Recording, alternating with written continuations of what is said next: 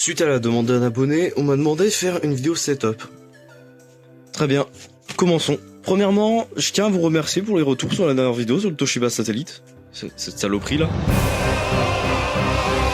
Parce que je m'attendais vraiment pas à autant de retours, etc. Et je vais volontairement pas parler de lui pendant la vidéo parce que c'est le sujet de la prochaine, la partie 2, qui devrait un jour sortir. On va plutôt se focus sur ce truc. Attends, comment ça, préparer tout le temps.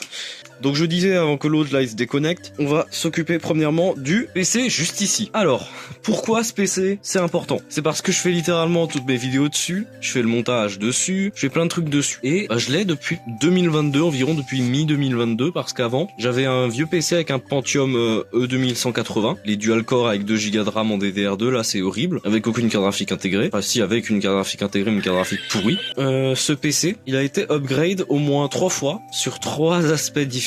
Même 4 si tu veux vraiment faire chier. À la base, il avait un i3 10100F avec 16 Go de RAM, une GT 1030, une Asus Prime H410 MK, une alimentation pourrie de 450 watts, un SSD 240 Go et un HDD de 1 Tera. Le processeur, j'ai changé récemment. Je suis passé d'un i3 10100F à un i5 10600, quand même un peu mieux pour le montage. Je suis passé de 16 à 24 Go de RAM parce que vas-y After Effects, c'est chiant. La carte mère c'est toujours la même. Pour le stockage, le SSD qui était dedans, El Famoso SSD Intenso, il a globalement fini dans ma poubelle. Disque dur de 1 Tera mécanique, il est toujours présent, avec l'ajout d'un disque dur mécanique secondaire de 250 Go pour tout ce qui est cache, pagination, etc. Et ce qui a été encore modifié, c'est la carte graphique. D'une GT 1030, je suis passé à une GTX 1660 Ti, que j'ai eu gratos d'un mineur de crypto-monnaie. Au niveau de l'alimentation, je suis maintenant sur une Cooler Master MWE 650 watts V2. Pourquoi pas un V8, mais je veux dire, ça coûte très cher en essence. Au niveau des PC, ce que je possède, c'est un Toshiba Satellite. Je crois que le Toshiba Satellite a changé. Bon, c'est un détail, c'est un détail. Donc je disais, à part ce Toshiba Satellite qui s'est mystérieusement transformé en poubelle, nous avons un HP Pavillon Z2000 de 2006 qui possède un Athlon ML28, non un Turion ML28, actuellement 1 Go de RAM et un disque dur mécanique de 320 Go. Nous avons le PC de la région, on va pas en parler, le ThinkPad R500. Que j'ai acheté 40 balles et qui fonctionne encore parfaitement. Et lui, il s'est encore mis en veille. Ce ThinkPad, bien évidemment, utilisé pour les rave parties, hein, vous avez pu le voir dans les shorts. Je réponds à la question que vous vous posez peut-être depuis le début. 1, 2, 3... Pourquoi il y a 3 souris? 1, 2, pourquoi il y a 2 claviers? Pourquoi?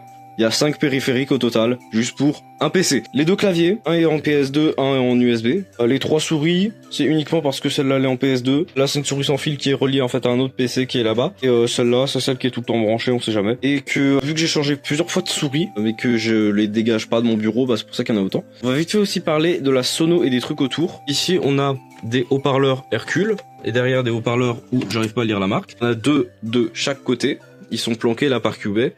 Hop, ici. Puis en dessous du Toshiba Satellite, on a un caisson de basse. Je vous préviens, il y a quelques basses.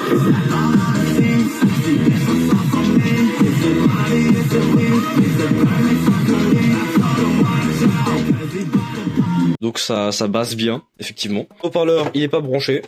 Le micro, tout ça. Tout ça c'est branché sur une carte son que j'ai eu à 1 euro à un marche-puce à un endroit paumé. Et j'ai aussi un petit switch que j'ai aussi eu pour pas grand chose.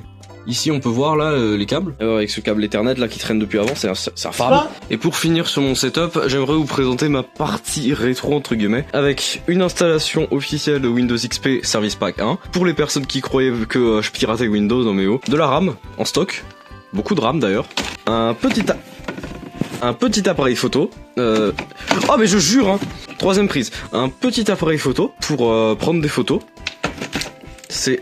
Je sais plus quel modèle de Samsung, tout ce que c'est que... Regardez-moi ça, on peut enlever la batterie, elle est juste ici. On peut aussi la remettre dedans. Une petite carte son, avec 3 sorties, je crois. Eh ben non, c'était pas 3 sorties. Un Pentium 3. Alors oui, ça a plus une gueule de Pentium 2 parce que c'était les Pentium 2 qui étaient en format cassette. Mais les premiers Pentium 3 aussi pouvaient être en format cassette. Un petit livre MS-DOS pas piqué des hannetons, des disques durs, et plus de disques durs. Les gens qui ont vu la vidéo sur la fusion du SSD et de la RAM savent combien il y en a dedans. Et pour finir, petit appareil photo tout mignon que j'ai jamais ouvert. Petite note supplémentaire au montage, j'ai créé un serveur Discord communautaire que vous pouvez rejoindre, les gens sont vachement sympas dessus, vous vous ferez pas chier.